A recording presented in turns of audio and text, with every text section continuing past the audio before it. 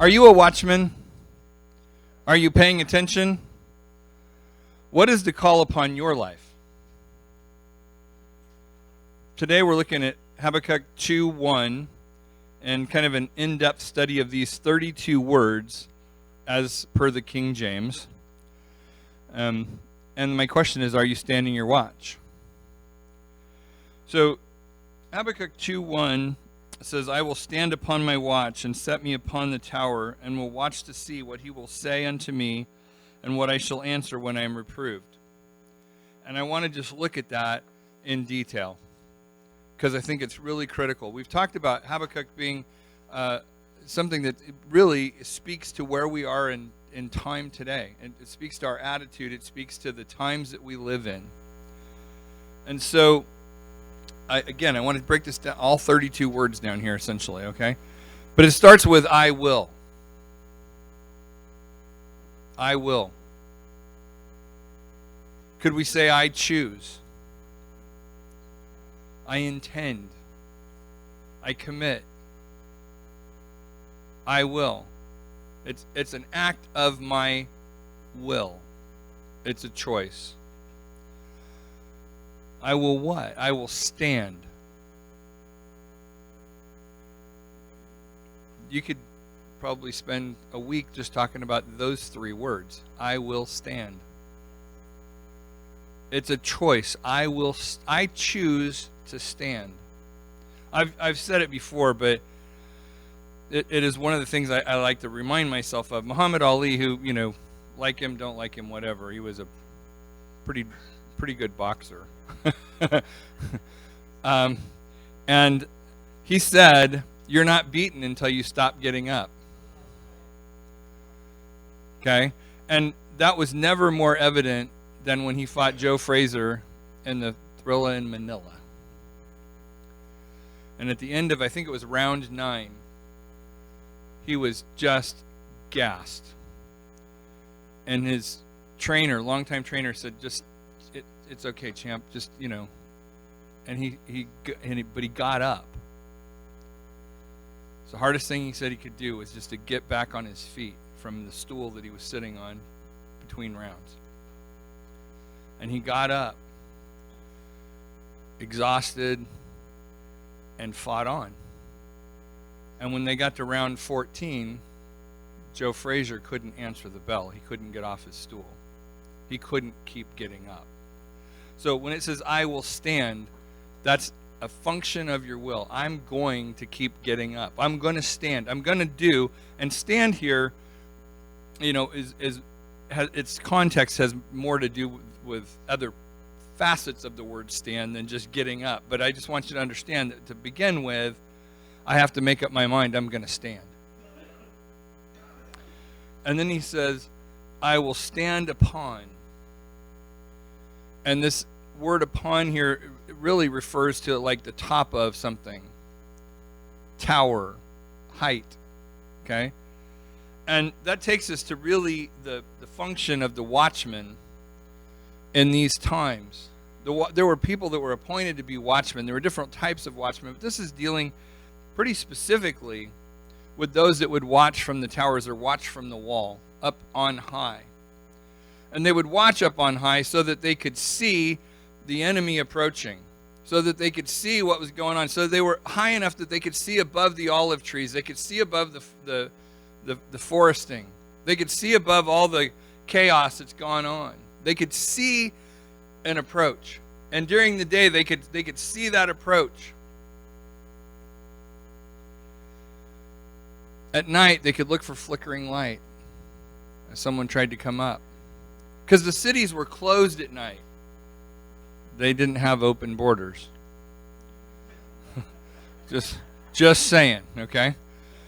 The cities were closed at night, and if there was a messenger coming in or something, they could see him coming in. They could watch and tell what was going on.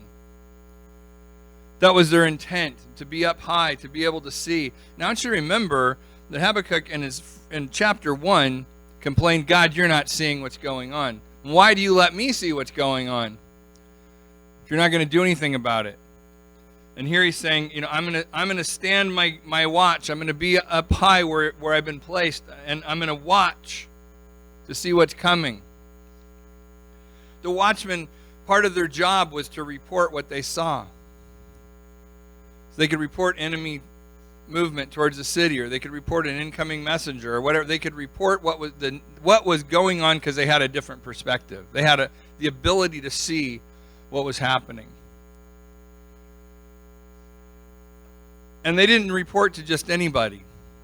So they didn't say, well, here comes the enemy. Let's go tell this person sitting over here what's going on, or let's go tell this person over here. They went to the leadership and said, this is what we see. And in the same way, churches have people that function in the role of a watchman. But it's not their job to go and gossip. It's their job to go to the leadership, go to the pastor and say, this is what I see. Okay? That's important. It's important that they see. It's important that they report. But it's important that they follow the right chain of command. Because if you report to the wrong people, you can cause panic. Or you can cause, or division. I don't know who said that, but yes. Or, you can cause division. Why? Because your motive isn't right. You just want to be the one who's in the know. You know what I'm talking about? Okay. And so he says, I will stand upon the tower and will watch. So he says, I will stand upon my watch. Courtney's watch? My watch. Right? I will take responsibility. It's my watch. I will stand on my watch where I've been placed, doing what I'm supposed to do. I'll stay in my lane. Right? I will stay in my lane. I'm going to take care of my watch. What I'm supposed to be watching for. What God has called me to, God gives us different gifts. Some people have better discernment than others. Some people can really hear God's voice, much clearer than others. Some are called to pray with the sick. Some are called to be a witness. Some are called to exhort. Some, there's different things that we're called to do. And it's not that God can't use you in another capacity, but He has you in a place for a reason. So I will stand upon my watch. He says, I will stand upon my watch and set. And that may seem like a weird place to break that phrase. But and set, because it's the idea of placement. I will stand upon my watch in the place that I've been set. And there's a place. It's the idea that it might be kind of a small place, a little bit confined. Wow, we don't like hearing that. Right? But it, like, I'm confined right now.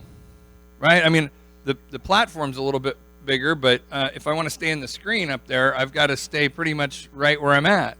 I'm confined. This is my place. I'm set. The camera's set, the microphone's set, the lights are set. I'm set. This is my spot. So I'm doing my watch in my spot, okay? I'm set right here. And it continues that thought when he says me upon, okay? He says, I will stand upon my watch and set me upon, again, back in the confined space, the defined area that I'm mine, belonging to me, right? My assigned spot, my chosen spot. Where? On the tower, on the high place, on the one that's designed to overlook, on the wall, the one that's designed to protect.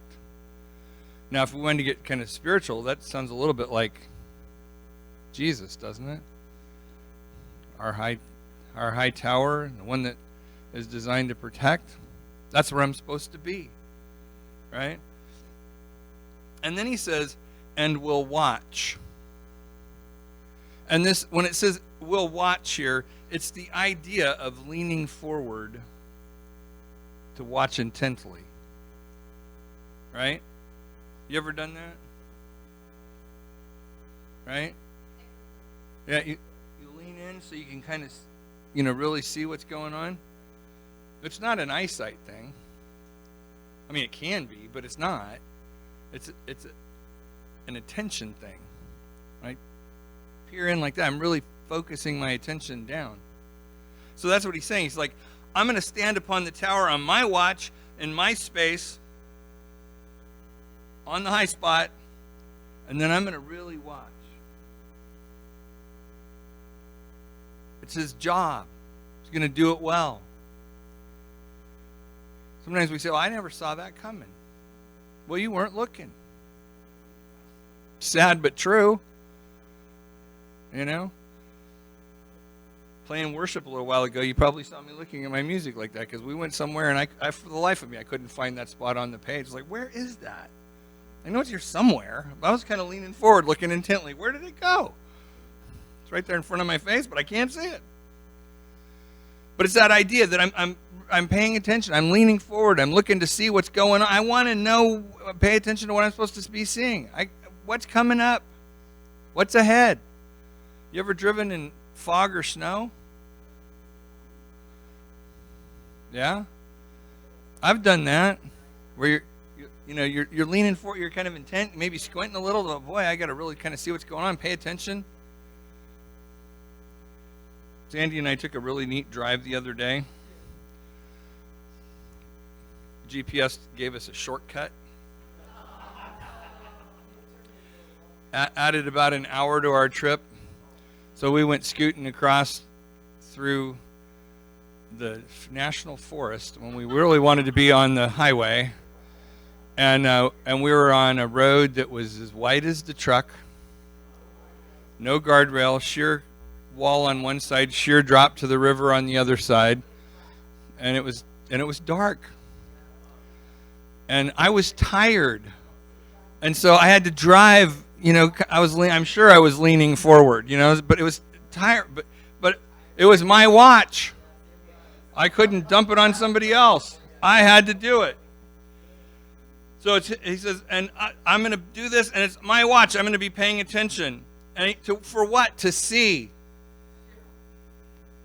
I mean, it sounds kind of silly, but that's the reason, right? To see.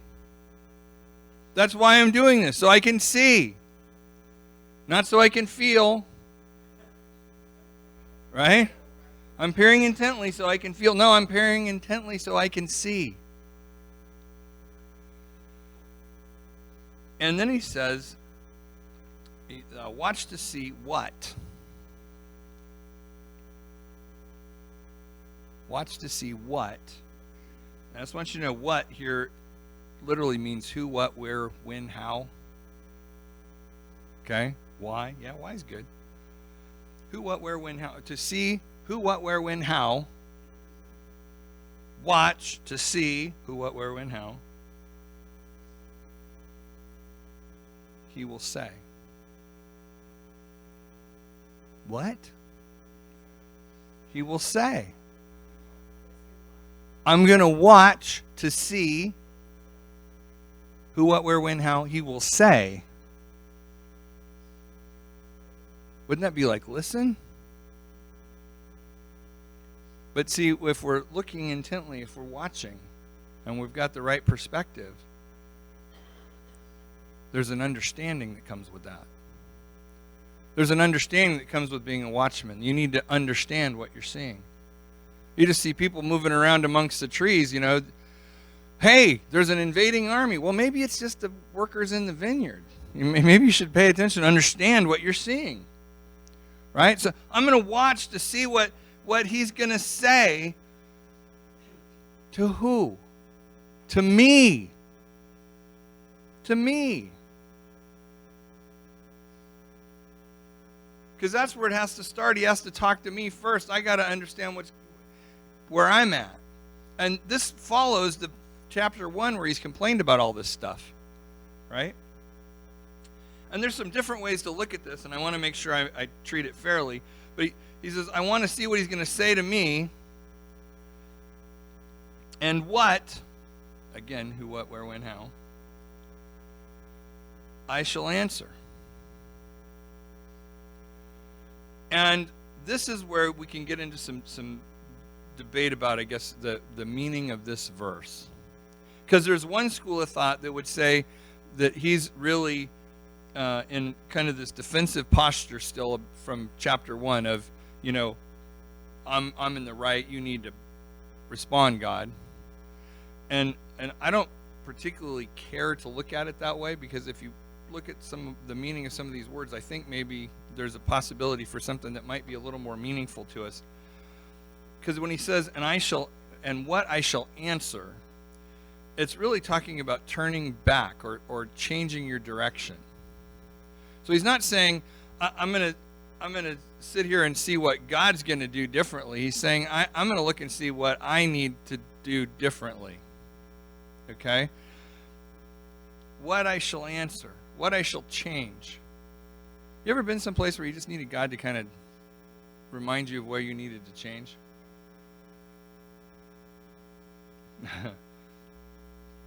What I shall answer when, okay, and when here is an interesting word too, because while we have the who, what, when, where, how in the what, in the when, we really get the idea of height, of a perspective of highness.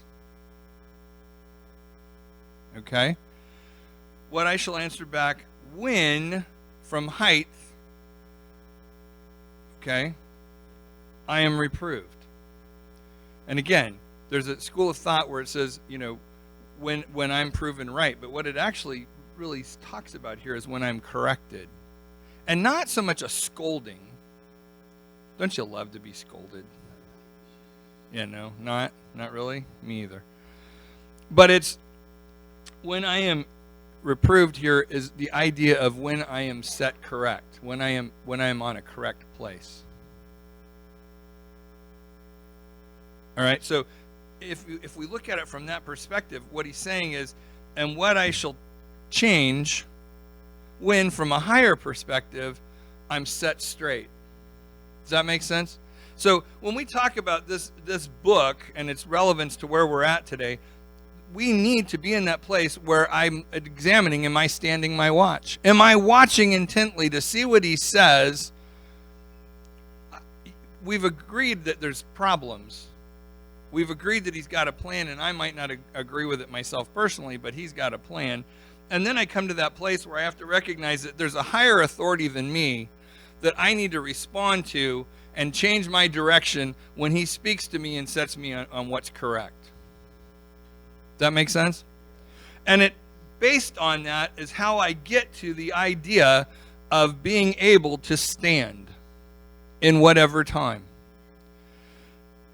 If I have a right heart, a right attitude, I'm allowing God to keep me in a correct way, and I'm watching to see what's going on, then I can stand in difficult times. Right? It's a lot of it has to do with our perspective. About a lot of things have to do with our perspective, don't they? But when I recognize that I'm placed in this position where I'm supposed to be watching, where I have some height, maybe some knowledge, some understanding that God has given me, but there's still a higher authority. There's still a higher power that I need to be listening to. I need to be listening to God and taking what I'm seeing with a right perspective. It's interesting, like, this is not a very high platform. I mean, it's what, maybe a foot? But I can see from a much different perspective when I look at all of you. If I step down there, it's harder because we start to get to be more the same height. And then it's harder to see between. Like right now I can see between all the tables. Okay? And just that slight elevation makes a difference. When you deal with a large crowd, you know, one of the things they do in halls with large crowds is they make higher platforms, higher stages, right? And they do that so that you have a better perspective. Because I'll tell you what, if you stand on the same level as 300 people, it's really hard to see individual things. I'll be working sometimes and someone will be waving, trying to get my attention. In a room of 300, somebody waving, you may not see them at all. You can look right at them and not see them because there's just so much stuff in the way. But you get up high and you can look and you can see it much better, right? And that's, we're supposed to be watching to see what's coming, whether it's good or bad. A message could be good or could be bad. Opposing forces could be bad, right? We need to be watching so we can see, and I need to be in my own lane watching. I need to be doing what I'm called to do, and I need to make sure that I'm communicating that in a right and proper way, not causing trouble or whatnot, but actually going to someone and that is supposed to hear from me, right? I'm sure that Pastor Steve appreciates when somebody communicates to him instead of he finds out fourth hand, right? That's how we're supposed to be. Because what's the purpose of our watch? Our purpose of our watch is to protect, to guard, not only our heart, but the body. We're on the wall for a reason, right? We have to guard our heart because, you know what? When I allow my heart to be infiltrated with a wrong attitude, it will breed more wrong attitude. Right? When I allow the enemy to whisper in my ear and I don't check it and cut it off, then I'm susceptible to more whispers in my ear. I'm susceptible to an attitude that goes wrong. I might not like if I report to Pastor what I see, and he says, well, and we talked about this a couple weeks ago. He may say, well, here's the answer to that. You need to do this differently. I might not want to hear that. Tell me what to do. Right? But see, if I'm in my lane, if I'm in my proper place, it might be a little bit confined, but if I'm reporting to the proper place and I'm under the authority God has put over me, then my heart attitude can get corrected to where it should be. Not a slap on the wrist, but sometimes just hey, did you think about this before? Right? Hey, are you sure you're not letting your attitude deteriorate because of something else? I got to pay attention to this stuff. And if I'm going to get through what we've got in front of us, and I don't know for how long, right? From now until the end of time, or from now until the end of my time, whatever it is. If I'm going to have a right attitude, if I'm going to stand, I need to have a right perspective. I need to get my heart right before God. And I'm not saying you're not saved. I'm not saying that at all. Obviously, that's super important, the most important thing. But I need to make sure that I'm going to stand upon my watch and set upon the tower and watch to see what he will say unto who? Me, and what I shall change or answer when I'm reproved. If I can't do that, I'm not going to stand. If I can't do that, I'm not going to succeed. If I'm not willing to do my job that God has given me to do in the place that he's given me to do it, and listen to the higher authority, if I'm not willing to hear from God about what might need to change in my life, then what is the point? I got news for you. You tried life your way. It didn't work. Okay? You need to try life God's way and stick to that. And the minute you find yourself being drawn away from what God says to what you feel, you need to turn back. Pay attention to God's word, to God's leading, to the leadership God has put over you, and the role that you're in. Why? So you can stand. so that you can stand with a right heart no matter what. Well, that was appropriate, huh? So I can stand no matter what. That's really what it comes down to. So we're going to continue with this study, but I want to ask you today, are you standing your watch? And only you can answer that. And that's it for this week.